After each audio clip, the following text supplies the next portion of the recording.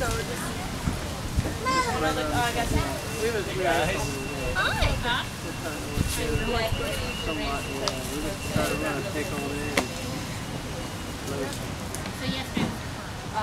Sometimes I want nothing more than just being outdoors.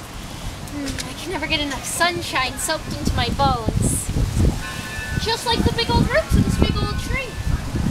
Hard to believe, as far as a bitty little seed over 70 years old. In my future, when I'm a bit over 70 years old, I'm going to publish my 7th book called Little Town on the Prairie in 1941. That means the book will be 70 years old in the far, far away year of 2011. Oh, well, I reckon I'm getting a bit ahead of myself. Let's start when it's 1881 and I'm a little girl of 14 in my little town of DeSmet, South Dakota. My family survived the horrible blizzard and long winter, and now lots of folks are traveling from the east to settle all over the prairie. New claim shanties keep popping up every few days, and strangers keep driving through town on wagons big and small. Ma says we'll get acquainted with our new neighbors, but not till the spring work is done. In the afternoons, after our morning chores, I like to take my sister Mary for walks so that she can smell the flowers we pick and hear the bucks rustling in the buttercups in the sheep soil. You see, my sister Mary became blind when her scarlet fever robbed her of her sight. Oh, she's still lighthearted and serene and good. Well, sometimes she's so good I can hardly stand it. Once I told her goodness made me so angry I used to want to slap her. She said, "Oh, how awful. Do you want to slap me now?" Well, I said, "No, never." Mary smiled at me and said, "Are you just being gentle to me because I'm blind?" I replied, "Honestly, no. I hardly think about your blindness anymore. I'm just glad you're my sister. I wish I could be more like you. I don't know how you can be so good." In Iowa, there's a college for the blind that Mary wants to attend, but Pa doesn't have enough money yet. Every night we pray that Mary's dreams come true. When I get old enough, I want to teach school so that I can earn money to help pay for Mary's tuition. Though, the thought of living without her while she's gone gives me a big old lump right here. One day, when Pa came home from working, he asked me, "How'd you like to work in town, Half Pint?" Well, I was so surprised I nearly spit my milk out all over my other sister's Carrie and Grace. What in the world kind of work might there be in town for a girl besides the hotel? Well, Pa said it was a new dry goods store and that Mr. Clancy could use me to help with the hand sewing on men's shirts. He said they even have this new contraption called a sewing machine, where you pump a pedal with your feet to make the needle move. Can you imagine? But I didn't want to work in town with complete strangers. I said yes, though, because I couldn't pass up a chance to earn money for Mary. So the very next morning, after I brought in the water and milked our cow Ellen, Pa and I walked into town to be at work by 7. When we got to Main Street, I saw all the new buildings in town and a new board sidewalk in front of them. There were horses and oxen tied to posts, but the prairie still covered all the vacant lots. In fact, there were still some old haystacks and rotting manure piles. Pa's stable and office building were right on the corner of Main and 2nd. He left me with Mr. Clancy, who introduced me to Mrs. White. She took a bunch of pins out of her mouth and barked, "Hope you're good fast sewer, young lady. Can you base to make good fur and buttonholes?" Oh, I had such a trembly feeling, but I managed to whisper, "Yes, ma'am." Well, all day long, Mrs. White kept yelling at me to hurry up, that we were behind. Faster, Laura, faster. Well, the only nice thing she ever said to me was that my buttonholes beat out hers. Mr. and Mrs. Clancy argued loudly in the next room, and I kept pricking my fingers on the needle. Well, by the end of the day, my neck and shoulders hurt something terrible, and I could hardly feel my legs. At supper that night, I asked me how my first day of working for pay went. I just said, fine. Mrs. White spoke all of my buttonholes. When the 4th of July came that year, we had a big celebration in town. Horse racing and firecrackers and lemonade. I almost couldn't sleep the night before. Mom made sandwiches, and my sisters and I got to wear our very best Sunday hair ribbons. Carrie was buttoning up her calico, but she couldn't quite reach that top button, so she asked for me to help. I went over and noticed she'd buttoned all her buttons outside in. Silly, you can't wear your buttons all turned in. Carrie looked at me and said, "Oh, well, if they're turned out, then the buttons pull on my hair. My braids catch on them." I fixed her buttons and said, "Well, you'll just have to stand it till you're old enough to put your hair up." Carrie then asked me if I thought Pa buys firecrackers. I knew he couldn't afford them, so I just said, "Oh, it's foolish to spend money just to make a little noise." When the celebration started, there was a man reciting the Declaration of Independence. I knew it by heart, of course, so I mouthed the words right along with him. It gave me such a solemn, glorious feeling. And then, when it came time for the buggy races, I was rooting for a team of beautiful brown Morgan horses. Pa said they were being driven by Almanzo Wilder. Oh, he had his hat pushed back on his head and he looked cheerful and confident. I thought he looked mighty handsome, too, but I didn't say so to anyone. He ended up winning the race. $5 whole. My knees were all wobbly, and I discovered I'd been holding my breath when he crossed the finish line.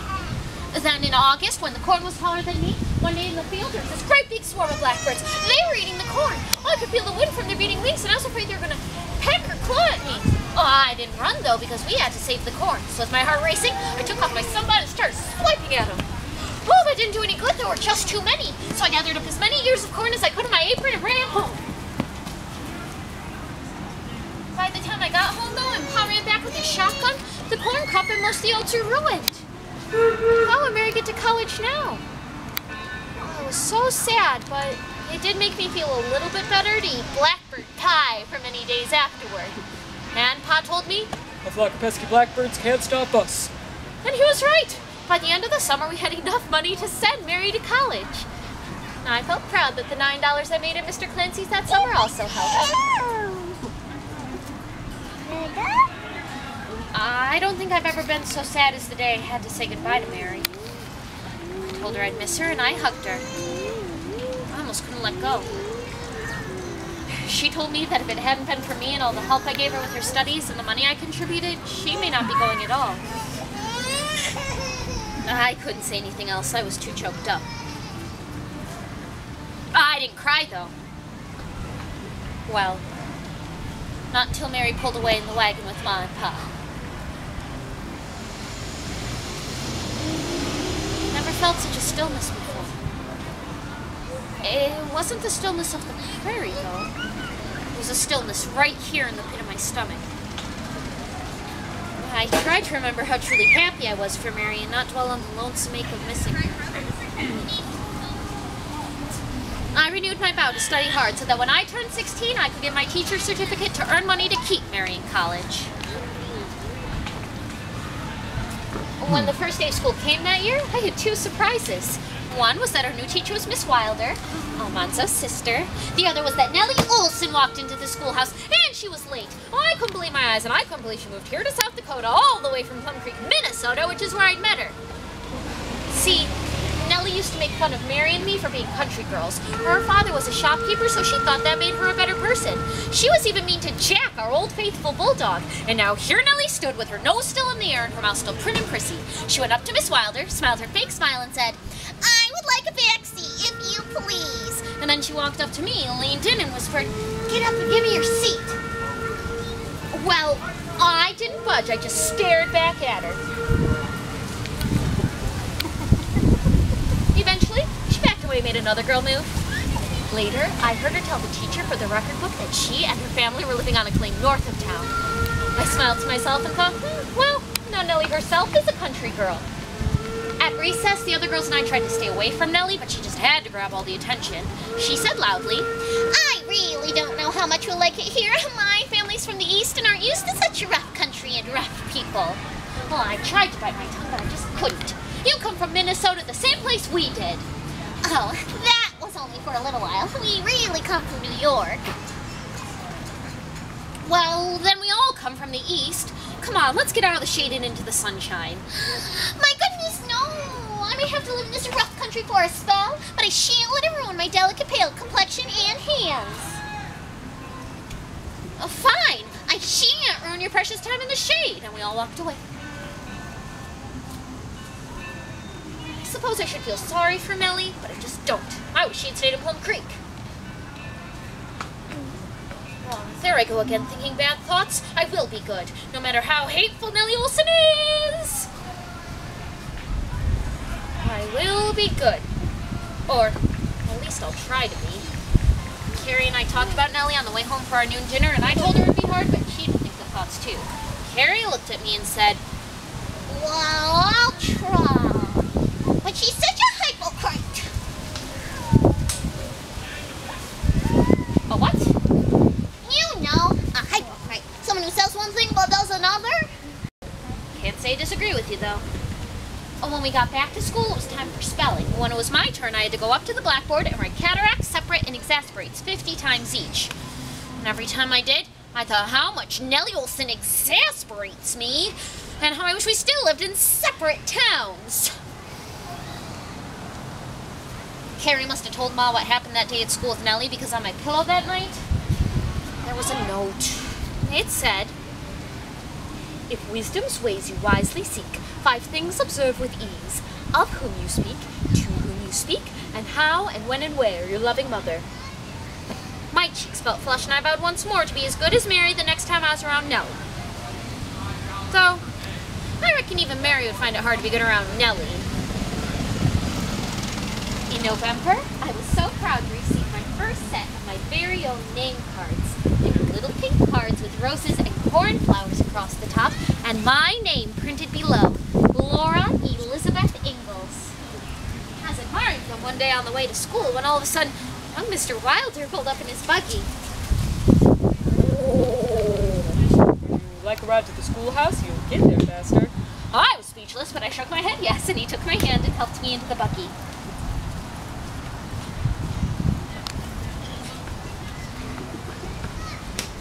We rode along in silence for a while, and then I said, "Well, I'm Laura Ingalls."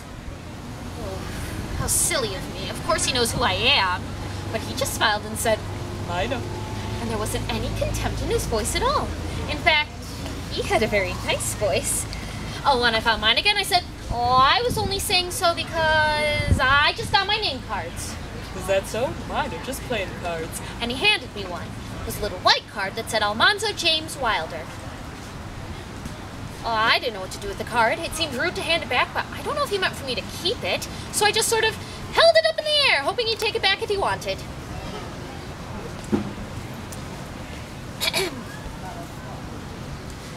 When he didn't, I panicked and I said, would you like your card back?" Oh, that's all right. You can keep it if you want.